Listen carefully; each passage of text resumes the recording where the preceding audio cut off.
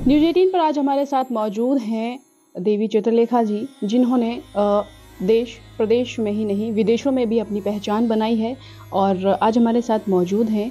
मैं आपको बता दूं, पलवल होडल के गांव खामी से इनका जन्म स्थान है। का हमारे खास बहुत बहुत धन्यवाद। अदिति जी, मैं जानना चाहती हूं कि ये जो सफ़र रहा वो कहाँ से शुरू हुआ, कहाँ से आपने शिक्षा प्राप्त की और आज आप इतने बड़े मुकाम पर हैं। ये जो जीवन की भगवदीय जो यात्रा है, ये बचपन से ही शुरू हो गई थी, क्योंकि 7 वर्ष की आयु में मैंने भागवत कथा को कहना शुरू किया था। तो यानी मैं ये कहूँगी कि जब से मुझे थोड़ा बहुत होश मैंने संभाला, तब से ही मैं इस कथा को, भगवत कथा को गा रही हूँ। और उसमें मुझे लगता है भगवान की कृपा तो सबसे ऊपर है ही, उसके बगैर तो कोई जीव बोल भी नहीं सकता। पारिवारिक माहौल का एक बहुत बड़ा हाथ रहा, गुरु कृपा मेरे ऊपर बचपन से ही रही।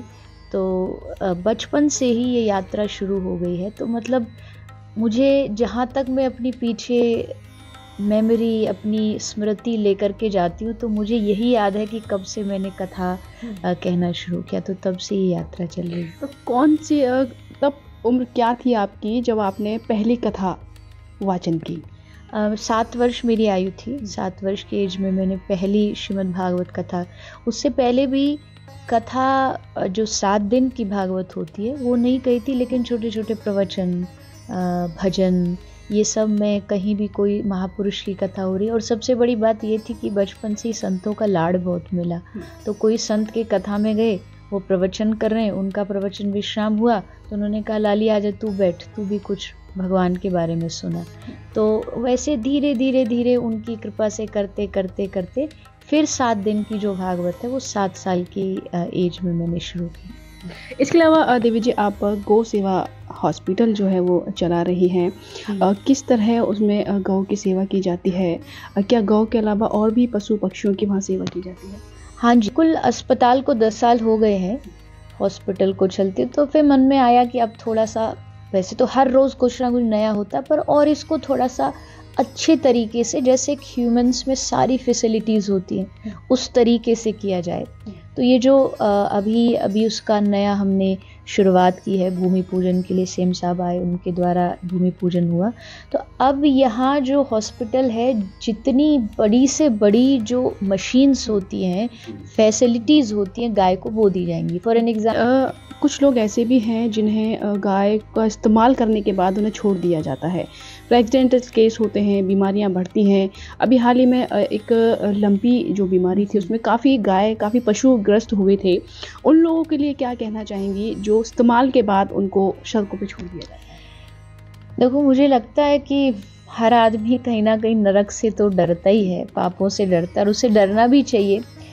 क्योंकि जब आप किसी जीव को दूध के लिए उपयोग करते हैं और फिर उसके बाद उसको छोड़ देना, ये बहुत ही बड़ा महापाप है। क्योंकि आप नहीं जानते, आपके कारण आपने तो छोड़ दिया और आपने बोला कि मैंने तो गाय को नहीं मारा, लेकिन इनडायरेक्टली आप गाय की हत्या के पूरे अधिकारी हो। क्योंकि आपने उसको सड़क पे छोड़ा, सड़क पे कोई ना कोई कसाई उसको उठा करके लेके जाएगा कसाई घर, और उसको मारा जाएगा, और बहुत बुरी तरीके से मारा जाता है।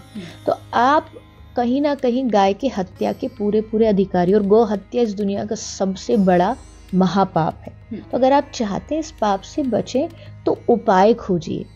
अब तक जो है कितने बड़े बड़े संतों के साथ जो है कथा वाचन कर चुके हैं या उनका आशीर्वाद आपको प्राप्त है?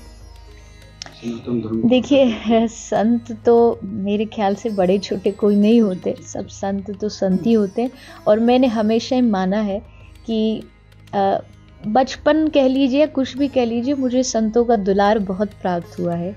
ब्रज में कन्या को लाली बोलते हैं, तो जितने भी संत मुझे मिलते हैं तो बड़े प्रेम से बोलते, लाली तो बहुत अच्छा कार्य कर रही है, आगे बढ़। और हमारे हॉस्पिटल में लगभग भारत के जितने भी गणमान्य प्रवक्ता हैं, संत हैं, पूज्यपाद योग ऋषि बाबा रामदेव जी महाराज, आचार्य बालकृष्ण जी महाराज, श्रद्धेय मुरारी बापू जी, भाई श्री रमेश भाई ओझा जी, ब्रज के जितने भी मलुक पीठ वाले महाराज जी हुए, श्री कृष्णचंद ठाकुर जिन्होंने गौ सेवा धाम के लिए कथा भी की है।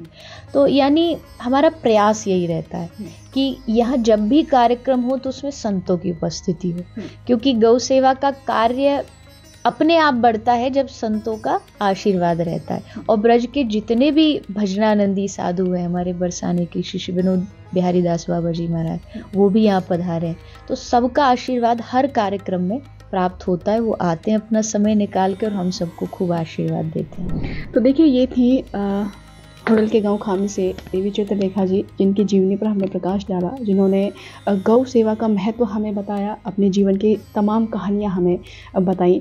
गौ सेवा सबसे बड़ा सेवा होती है, सबसे बड़ी, इसके बारे में प्रकाश डाला।